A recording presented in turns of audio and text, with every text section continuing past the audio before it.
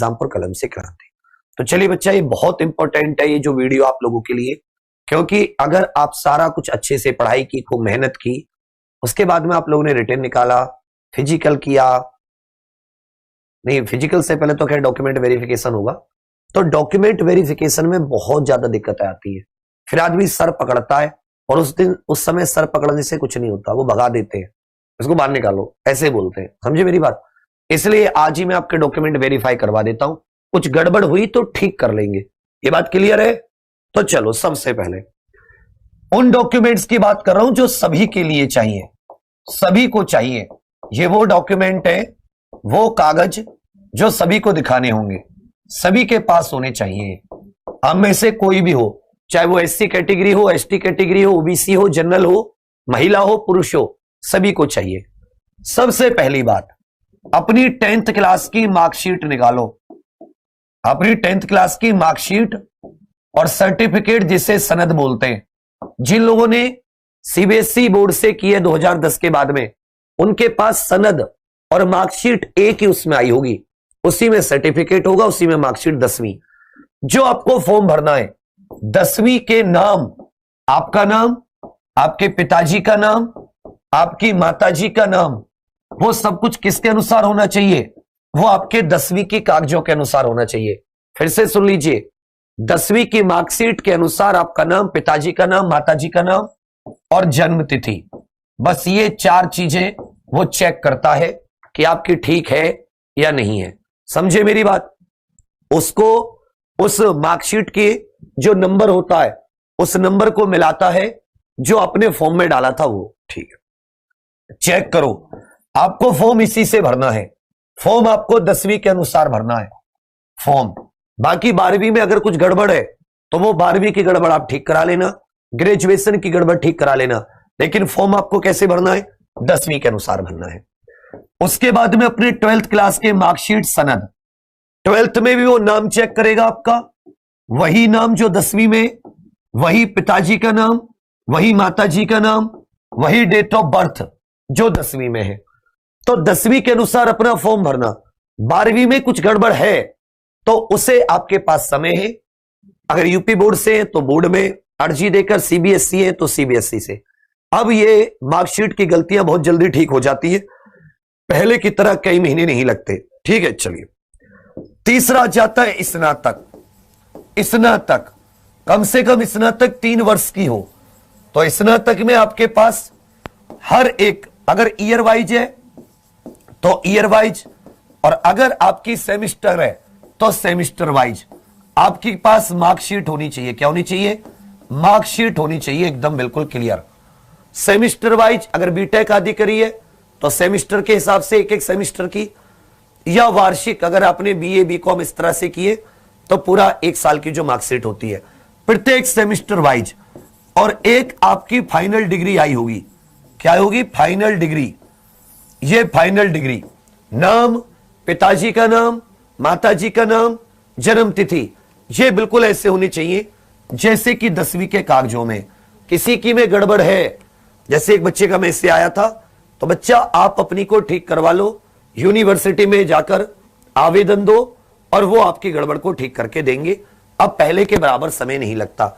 ये वो कागज है जो सबको चाहिए।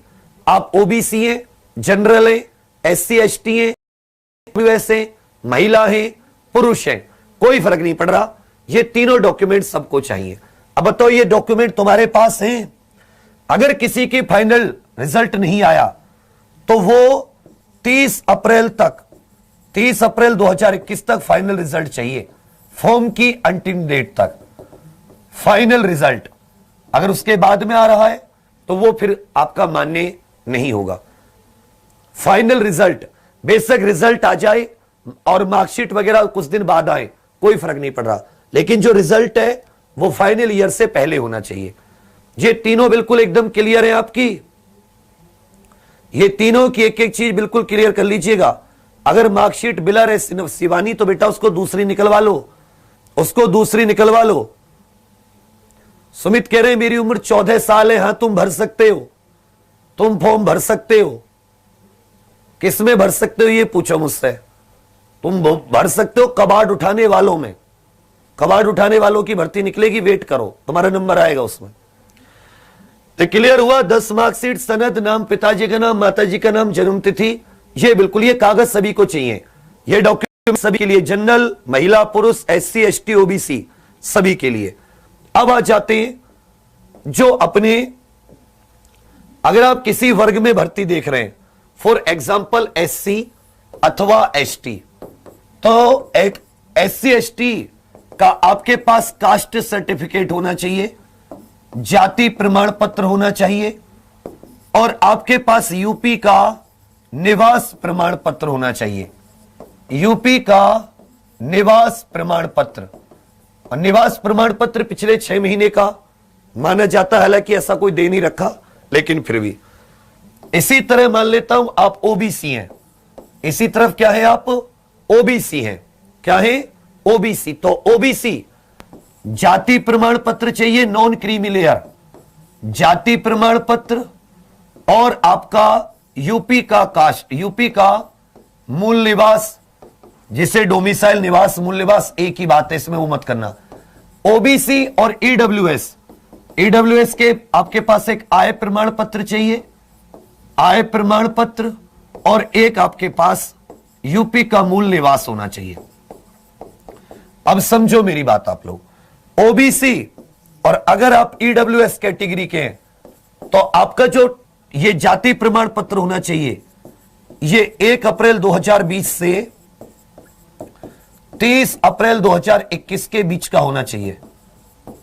ना तो 1 अप्रैल 2020 से पहले का हो, ना ही 30 अप्रैल 2021 के बाद का हो। बहुत से लोगों को मैं बार बार बता चुका हूं, बार बार मैं इस बात को बता चुका हूं कि नए डॉक्यूमेंट बनवा लो। OBC और EWS वाले कास्ट सर्टिफिकेट SC ST के लिए जरूरी नहीं है, उनका अगर पुराना भी 1-2 साल पुराना तो भी चल जाएगा। हालांकि अगर आप नया भी बनवा लोगे तो ऐसा नहीं है कि उसकी कोई दिक्कत थी। कई महीने से रो रहा था इस बात को मैं बार बार कि तुम लोग अपने डॉक्यूमेंट ने, बोल रहा था नहीं बोल रहा था, ये बताओ मुझे। ये बात मैं आप लोगों को बार बार बता रहा था नहीं बता रहा था। अभी भी कुछ लड़के कह रहे हैं कि हमारे पास जनवरी 2020 का है। आपके पास अगर वहां पर इस समय के बीच का OBC EWS नहीं हुआ तो आपको जनरल में माना जाएगा। और मान लेता हूं आपकी एज 30 साल है और जनरल 28 लेते हैं, तो आपको बाहर कर दिया जाएगा, क्योंकि OBC SC ST को 5 साल की छूट है। इसलिए मैं आप लोगों से कह रहा हूं